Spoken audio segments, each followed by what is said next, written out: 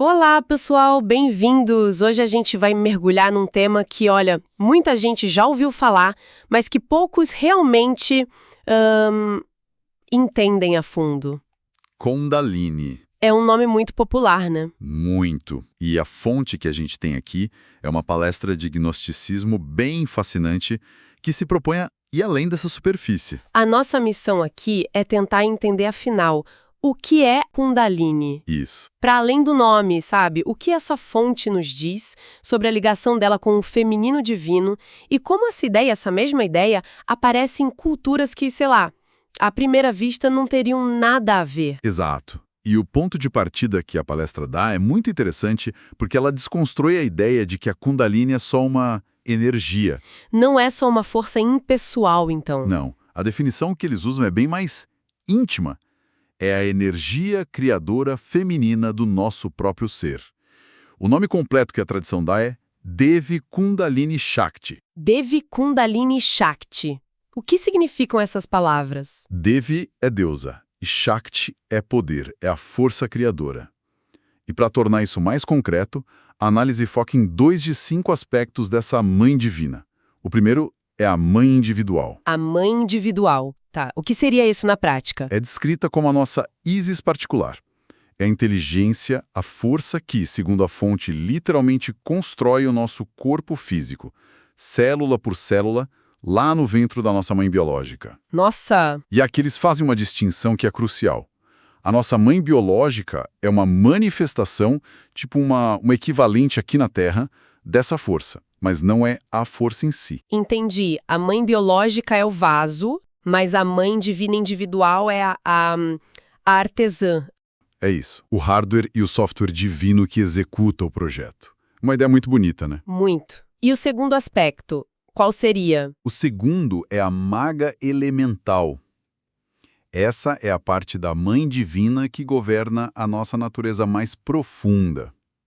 Nossa biologia, nossos instintos. Ah, aqui a coisa fica mais terrena. Exato. E esse ponto é fundamental para todo o resto da discussão, porque é aqui que mora o impulso sexual. Certo. E na perspectiva da palestra, esse impulso não é visto como algo pecaminoso ou que tem que ser reprimido. Pelo contrário. É a matéria-prima sagrada para um trabalho espiritual bem específico que eles chamam de alquimia. Alquimia, essa palavra sempre me chama a atenção. A gente pensa em transformar chumbo em ouro. Como que isso se aplica aqui? A lógica é a mesma, só que aplicada ao ser humano. A palestra usa a metáfora de Shiva, que é o princípio masculino, o fogo sagrado, Ok. que fecunda as águas, que é o princípio feminino, a mãe, para dar origem a todas as formas de vida. A alquimia espiritual, então, seria esse processo. Transformar o nosso chumbo interior em ouro. Isso. O praticante, através dessa alquimia, usaria o seu próprio fogo para fecundar suas próprias águas, sabe? E assim despertar a sua Kundalini. E aí que entra a famosa imagem da serpente, certo? Precisamente. Essa energia desperta é simbolizada como uma serpente de fogo que estaria adormecida, num centro de energia na base da coluna, no osso sacro. E o objetivo é fazê-la subir. Exato. Subir pela coluna vertebral, ativando outros centros de consciência no caminho. Uma serpente de fogo subindo pela espinha. É uma imagem muito forte, um pouco assustadora até. Sim, é poderosa. Mas o que me chama a atenção na sua explicação é que isso não soa como um processo mecânico. Não é só ligar um interruptor e pronto. De jeito nenhum. A fonte insiste muito nisso. Por ser a nossa mãe cósmica particular, essa energia tem uma inteligência, uma consciência imensa. Ela é a raiz do nosso próprio ser. E para enfatizar isso, a palestra introduz um conceito que é a sua contraparte exata, o kundartiguador. Kundartiguador. Nossa, nunca ouvi esse termo. É tipo o lado sombrio da força? Exatamente essa a ideia. É descrito como o oposto polar da Kundalini. Kundalini é a serpente de fogo que sobe. O kundartiguador é a que desce. É a que desce. A fonte descreve simbolicamente como a cauda de Satã. É uma força negativa e involutiva. E o grande alerta da palestra é esse: Qual? que muitos fenômenos psíquicos, visões, estados alterados que as pessoas hoje em dia dizem que é o despertar da Kundalini, Sim. podem, na verdade, ser manifestações dessa contraparte sombria, que leva ao fortalecimento do ego e não à dissolução dele. Nossa, isso muda tudo. Então não basta querer despertar a energia, é preciso saber qual energia se está despertando. Exato. E isso me leva a uma pergunta. Se existe esse risco todo, quais são as condições para despertar a verdadeira Kundalini? A fonte fala sobre isso? Fala. E de um jeito, olha, incrivelmente direto, sem rodeios. Esse é talvez o ponto mais chocante da palestra para uma mentalidade moderna. Estou curiosa. O texto afirma categoricamente que a chama erótica, o fogo sagrado da Kundalini, jamais, jamais subirá pela medula espinhal de certos tipos de pessoas. Uau, é uma afirmação muito forte. Que tipos de pessoas? A lista é longa e não deixa muita margem para interpretação, sabe? A energia não acenderá, por exemplo, em casais que estão juntos só por conveniência, sem amor. Certo. Tal de homens e mulheres adúlteros. Não sobe em quem trai seu mestre, seu guia espiritual. E a lista continua. Bêbados, toxicodependentes, assassinos, ladrões, mentirosos. Caluniadores, pessoas dominadas pela cobiça. Isso, inveja, orgulho, a lista é bem extensa. Então, espere um pouco. Isso subverte completamente a ideia popular de que se pode, sei lá, despertar a Kundalini num workshop de fim de semana. Completamente. A fonte está dizendo que não é uma técnica que se aprende, é um resultado que se merece. É tipo o diploma de uma transformação moral profunda, não a matrícula no curso. Essa é a síntese perfeita.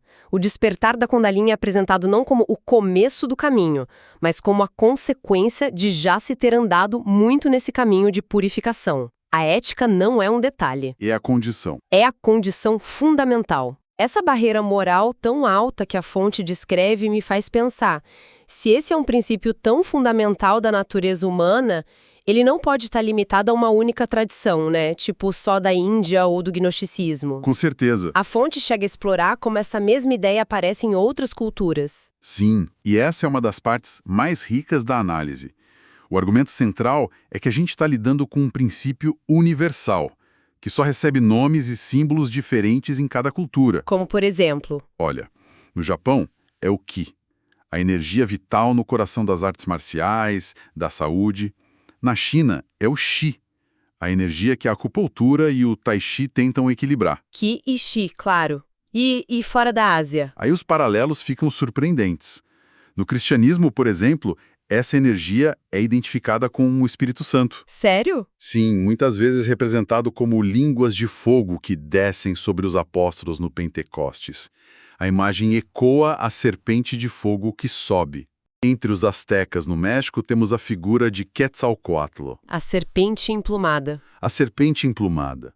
A união do céu e da terra. Entre os gnósticos da antiguidade era a Divina Sofia, a sabedoria divina. A fonte afirma que essa mesma força estava presente nos mistérios do Egito, da Grécia, de Roma.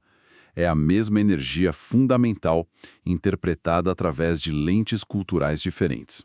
Os nomes mudam, mas a ideia, essa força serpente-fogo criadora, parece ser um arquétipo universal. E os símbolos visuais? Além da serpente, que é a mais óbvia, a palestra menciona outros. Menciona vários, mostrando como esse conhecimento estava codificado em símbolos pelo mundo todo.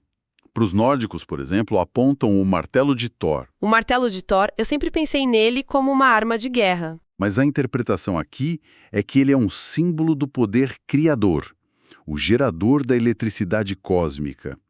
Entre os gregos, a figura-chave é Vulcano, o deus ferreiro. Que trabalha na sua forja criando as armas dos deuses. Exatamente. E tem um mito específico que eles destacam que é belíssimo. É o episódio em que Vênus, a deusa do amor, pede a Vulcano, seu marido, que forge armas para o filho dela, Eneas. Eneas, que depois funda Roma. Isso. Após a queda de Troia, ele usa essas armas divinas para enfrentar várias provações até fundar Roma. E a interpretação simbólica aí é profunda.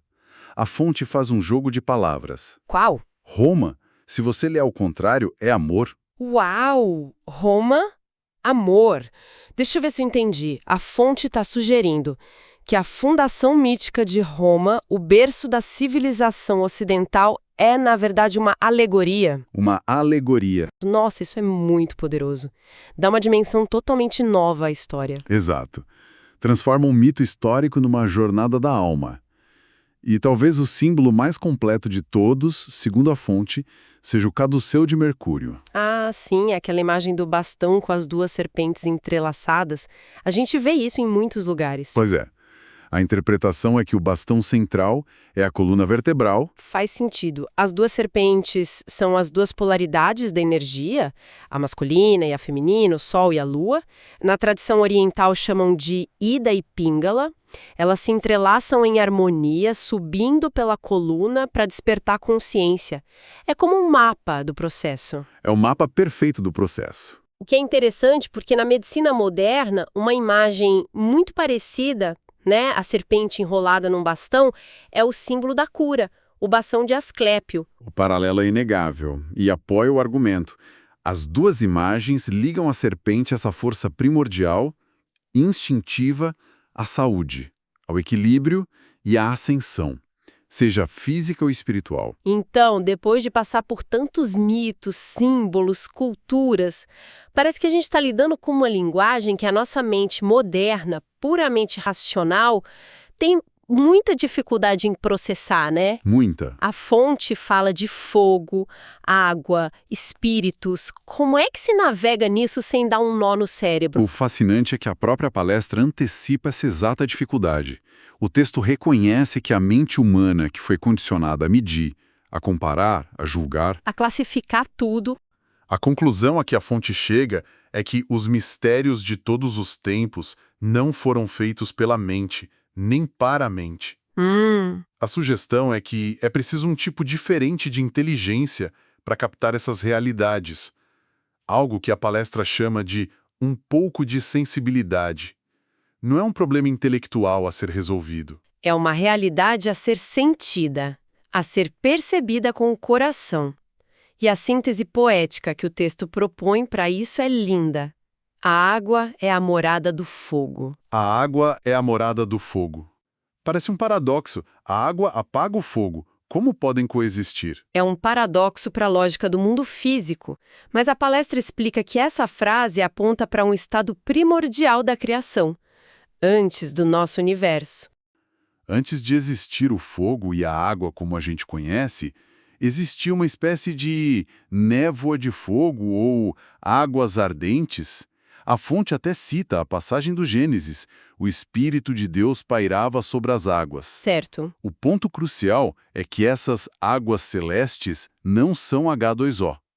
É uma expressão simbólica para um estado não material, a substância primordial de onde tudo que a gente conhece se manifestou. Entendi. A mente racional tropeça aí porque tenta aplicar as regras do mundo físico a uma realidade que o precede. Exatamente. Então, depois de explorar todos esses mitos, os símbolos e as condições morais que são incrivelmente rigorosas, a mensagem final da palestra parece ser um apelo à simplicidade. Há uma reconciliação com esse mistério. Exatamente. A ideia é transcender a necessidade da mente racional de ter definições rígidas. No fundo, todos esses símbolos, a deusa Ísis, a serpente emplumada, o fogo de Vulcano, todos apontam para a mesma coisa, apontam para um único princípio, o eterno feminino. A fonte descreve como algo onipresente, que não tem forma, mas que pode assumir qualquer forma para se manifestar a quem o procura com devoção. Ou seja, o conselho final é, de certa forma, relaxar o intelecto e se abrir para a experiência, para o sentimento. Precisamente. A recomendação final é descomplicar a mente. Em vez de ficar tentando decifrar o mistério, o convite é para cultivar uma devoção a esse fogo divino, a essa mãe divina. Independentemente da forma que ela assuma para a gente. Isso, seja na natureza, na arte ou dentro do nosso próprio coração. A ênfase muda da compreensão intelectual para a dedicação, para a entrega devocional. Uma síntese muito poderosa. Conecta a criação do cosmos à transformação pessoal e sugere que talvez as verdades mais profundas não sejam pensadas, mas sim vividas, sentidas. E isso nos leva a uma questão final, uma provocação para quem nos ouve. Se essa energia criadora e feminina é descrita como a raiz da nossa consciência, e se ela está presente de forma tão universal em tantas tradições... Sob tantos nomes e símbolos. Exato. O que acontece a uma cultura ou mesmo a um indivíduo quando se perde a conexão com a sua própria linguagem simbólica? O que se perde quando já não se consegue mais ler os sinais que os nossos antepassados consideravam sagrados?